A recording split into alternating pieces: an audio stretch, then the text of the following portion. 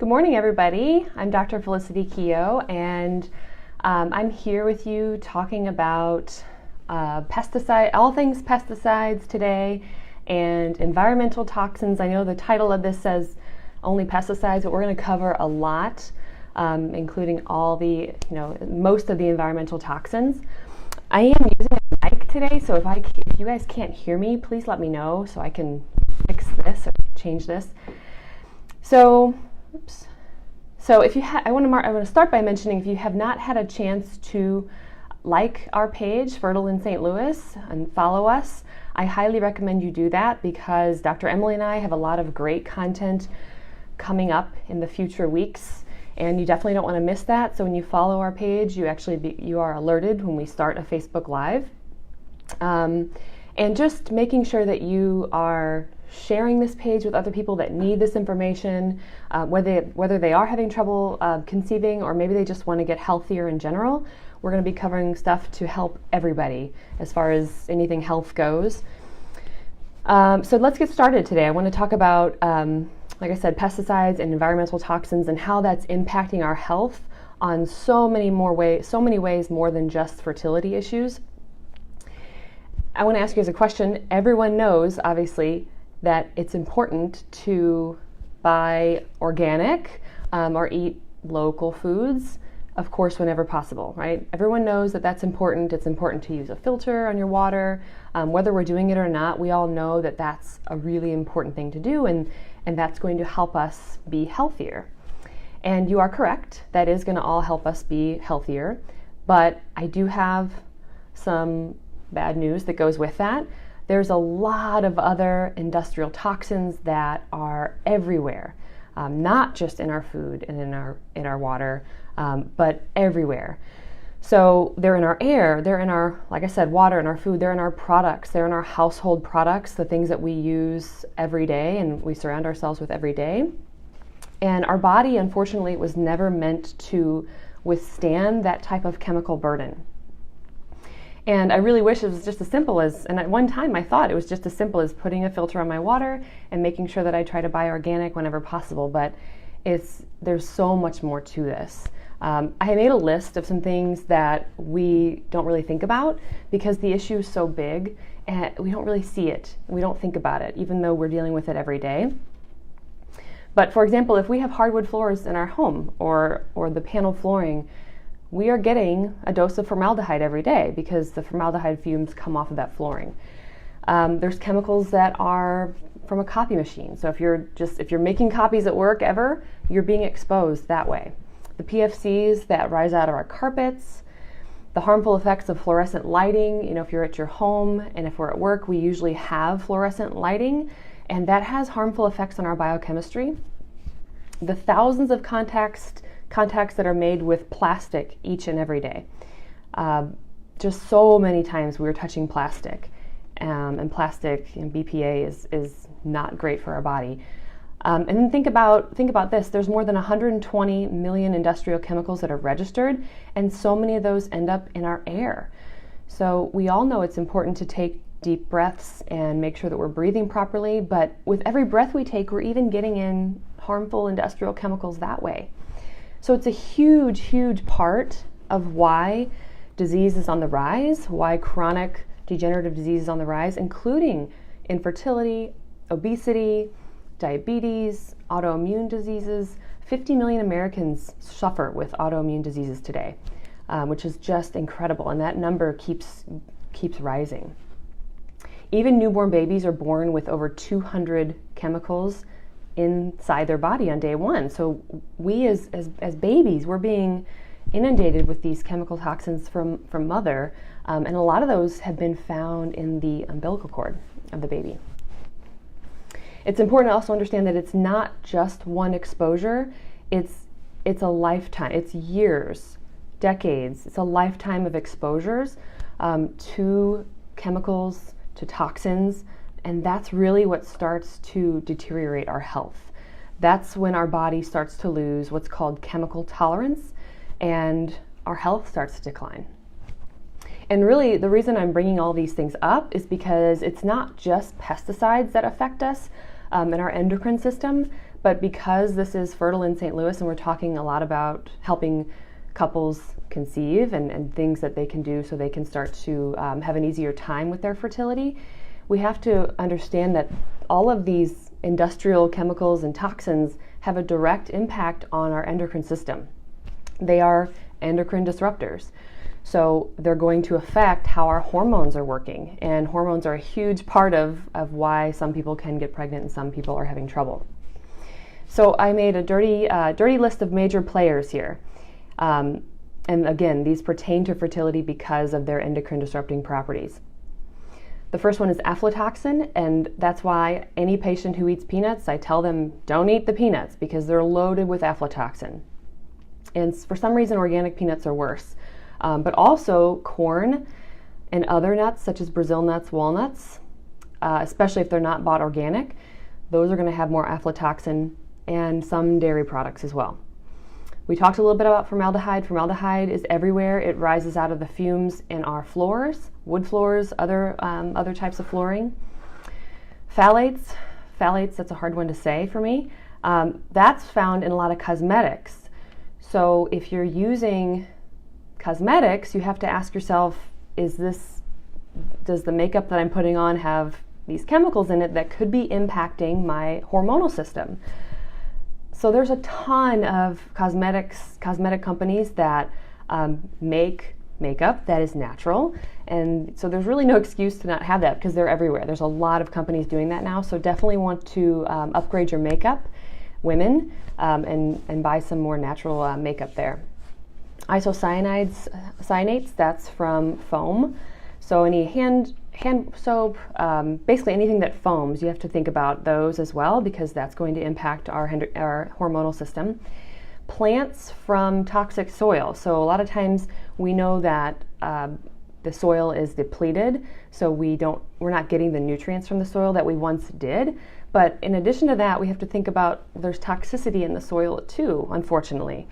There's a lot of times we find lead in our soil. So if we're eating foods that are depleted in nutrients and grown in toxic soil and potentially have lead exposure, that's a lot of things that are also impacting our body. So really, really trying to buy organic whenever possible. Also, benzene. So if you're ever around anybody who smokes cigarettes, you're getting a hefty dose of benzene. You're getting a benzene exposure. Or if you're driving on the highway, down the freeway, down the highway, you're getting exposed to benzene as well, which isn't really one of those things that we can avoid. We have to drive on the highway. This is an interesting side note that I found. There was a study that was produced that found that children born next to freeways are more likely to develop autism, which is just incredible to think about that because of the increased level of benzene that's found around freeways. And I believe it was in the early 2000s that they said it was 1 out of 10,000 kids were born they developed autism, 1 in 10,000. Today, it's 1 in 32 kids are developing autism, which is astounding to me. And if you think about it, it makes sense because kids are born, before they're even born, they're being bathed in chemicals and toxins that are just because of the mother unknowingly passing those on through the umbilical system, through the placenta. And younger children are sicker and sicker, and it's because they lose their chemical tolerance at such a young age. Their health starts to deteriorate really, really early, and these children are being born with things like severe eczema and allergies and immune issues, autism, being more prone to autism. So just a side note there, thinking about just all the chemicals that really start when we're still in the womb and how those affect our health.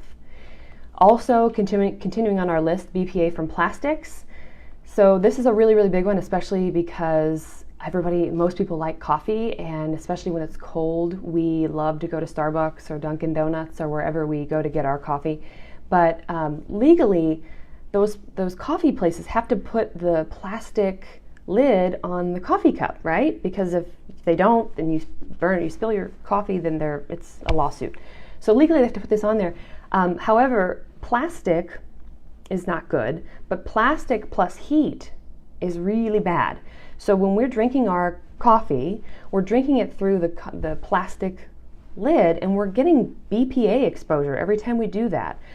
And BPA is a endocrine disruptor. So if we're having trouble with our hormones, we have to look at all these different ways that we are possibly being exposed to endocrine disruptors. And this is a really big one, and people don't know about it. So we want to make sure that we not just take the lid off, because we would hope that would be an easy fix, but even the on disposable coffee cups, the lid does have the BPA in it. The part that surrounds the lid has BPA in it as well. So it's not just as simple as taking off the lid and drinking it that way, but disposable coffee cups have it in the lining. The lining is the word I was trying to find.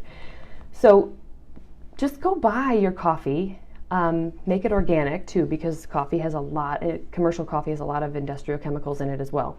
Just go buy your coffee, make it at home, make it in your glass coffee cup or your stainless steel mug, and it's a lot cheaper, it's a lot healthier, and it's going to save you time, so you don't have to run to Starbucks. So you're welcome for that.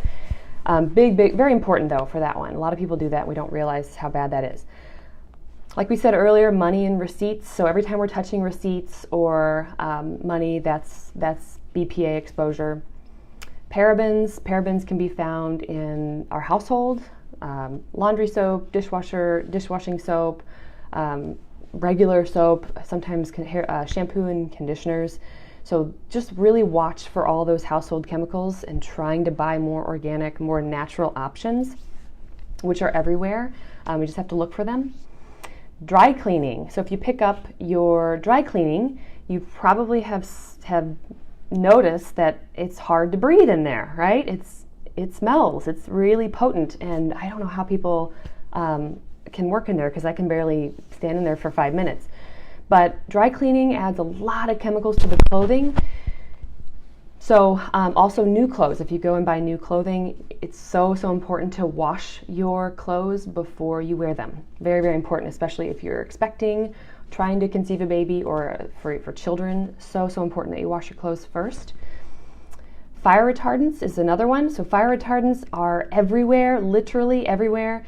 The chair I'm sitting in right now is covered in fire retardants. The mattresses that we sleep on, they're everywhere. They're even finding fire retardant in mother's breast milk, and then that's being passed on to the baby that way as well. So really important to, you can't really do much about the chairs we sit in. That's just one of those things that it's not going to change much, but we can opt for green mattresses, right? There's a big market now for mattresses that are green. So looking into some of those, really important, because we get a hefty dose of fire retardants every time we sleep. So that's just some of the toxic chemicals that I wanted everybody to be aware of. This problem, again, it's so big that we don't even see it. We don't pay attention to it because it's everywhere in our environment, and there's not a whole lot we can do to change it. There are some things we can do to change this, and we're going to get into that in just a moment.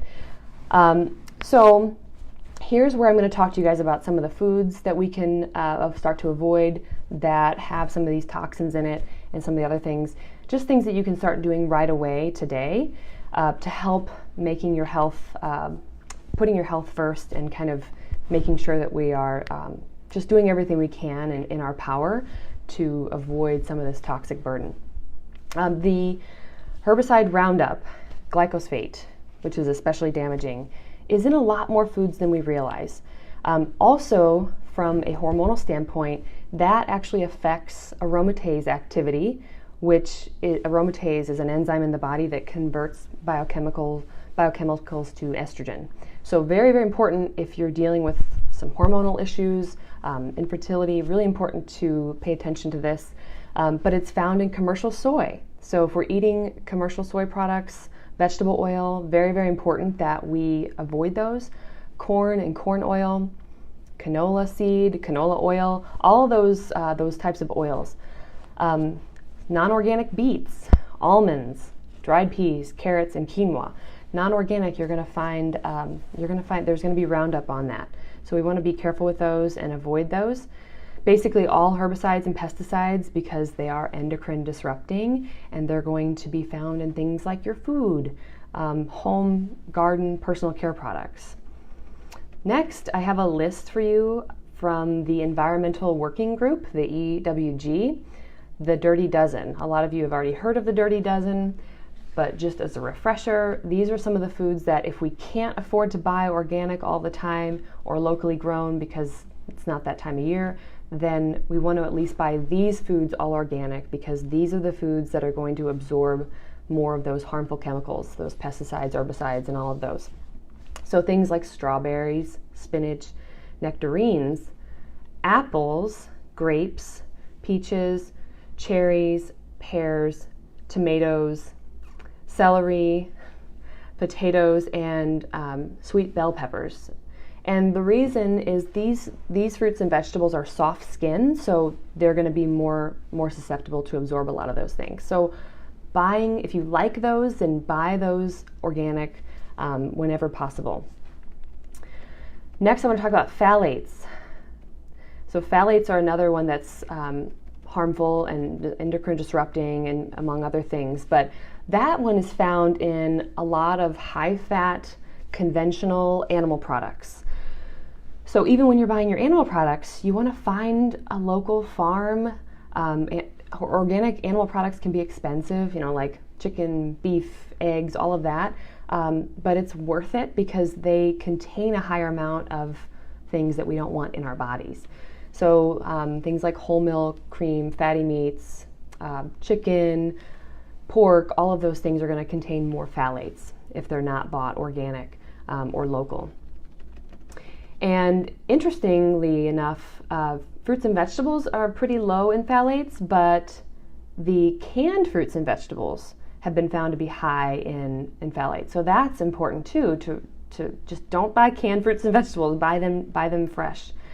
And even packaged foods. Packaged foods are so commonly consumed because they're easy and they're convenient, but they're really high in these chemicals called phthalates. And if you're eating like a food that's naturally high in phthalate, I don't know, like one of the foods we just mentioned, the packaging process actually makes that phthalate content higher. So important for your children, because kids can sometimes be picky eaters, and all they'll eat is something in a package. But your kids are getting exposed to these high levels of phthalate if they're eating a lot of packaged foods. So it's even found in infant formulas. So anywhere possible, you can make your own snacks and other things for your kids or yourself. Make your own formula. I realize that can be really time consuming, but you're going to avoid a lot of the harmful chemicals that are found in these packaged foods. So now that you're all depressed and hopefully you're not depressed, but this is a problem that it gets worse every year, and there's not a whole lot we can do about it because the chemicals are in our environment, and I just want everybody to be aware of this because it's such a huge problem that we just need to be more aware so we can make better choices. So some of the takeaways from today are, if you haven't gathered it, try to eat organic or locally grown whenever possible. I realize that's not affordable for everybody at all times, but whenever possible, and at the very least avoid that Dirty Dozen, or try to buy those organic. Filter your water. Don't drink the tap water. Filter it because it's important, because you're taking in a lot of chemicals that way. Also, think about what you're cooking in too. That should be filtered, and also what you bathe and shower in, because our skin's a huge organ and we take in so many toxins through the water. When the water is hot, it opens up our pores, and we get a lot of things we don't want that way as well. So Berkey is what I use. Berkey is pretty popular, the Berkey filter. I actually recently heard that Berkey might not be the best. Dr. Mark Hyman actually recommends AquaTrue as one of the best water filters out there. I haven't looked into that much, so I don't know a whole lot about it, But if you're interested in those two, like I would look into those two filters. Don't put chemicals on your skin. So a lot of us, we lather up with lotion, the shampoo and conditioner, what we wash our hands with, thinking about all those things that we can buy more naturally. Like heck, just use good old coconut oil on your skin. But getting products that are going to be more natural and not contain all of those, because our skin absorbs so much. Avoid all plastics, plastic containers. Don't heat your food. Don't store your food in plastic, food or water, and especially don't microwave your food in plastic. In fact, if you have plastic containers, I would just go get rid of them and I would buy some glass Pyrex because it's just so much better, so much safer. Also be aware of coffee, the disposable coffee cups, because so many people drink out of those and even just removing the lid isn't enough. So just go buy your own coffee machine and make your own coffee and put it in a stainless steel mug or a coffee cup, glass coffee cup. Next is clean up the inside of your home, which, believe it or not, is often more toxic than the outside. It's hard to believe, but that is a lot of times the case. We didn't talk much about this. Dr. Emily talked about this last week, but get some deep sleep. So important for deep sleep for your body to offset these toxins that we're being exposed to. Exercise is so important because that's going to help to offset this stuff as well. Exercise right for your body, whatever that means to you. Stress reduction and stress relief, those are all going to help your body deal with the burden of the chemicals that we get from our environment. The last thing I want to talk about is some of you may have heard about chelation therapy. Chelation is when we basically something that we can do to help remove heavy metals, toxins, other chemicals that are not supposed to be in our body, that lodge themselves in our tissue, and chelation helps to get rid of that. I really want to be really adamant that you guys understand that chelation is not something that you want to do yourself. I'm not even a big fan of having it done by a doctor, to be completely honest, because it can be dangerous if it's not done properly. So finding a good functional medicine doctor like Dr. Emily or myself, if you're in St. Louis, you're blessed because there's a lot of really amazing functional medicine doctors in this area that can help you with this issue that we're talking about today. I personally use some really safe but really powerful antioxidant support to actually help your body naturally do a form of chelation and rid your body of the toxic burden and the chemical exposure. So that's so important to make sure that you get a good practitioner to help you first assess, well, how much am I actually dealing with? Could this be the reason that I'm sick? And then what do I need to do about it? A functional medicine doctor can help you with that. And really, I just want you guys to be aware that you can really take charge of your health. This isn't something that everybody likes to hear about or be aware of. A lot of people don't want to know about all the stuff that is in our environment, but it's important because ignorance is not bliss. And the more you know, you can really take charge of your health and just make the right choices. But if you're feeling overwhelmed by this Facebook Live, that's a little bit because it is overwhelming and it is a challenge. But the more you know, you can start cleaning things up, cleaning up what you're putting in your mouth and your environment, and start heading towards health again. And if you have any questions about anything we talked about today, please don't hesitate to drop me a comment. I'm going to put a couple of the studies that I referenced in the comment section. Send us a message. Let us know how we can help you. Hope you guys have a fabulous weekend, and we will see you next Friday.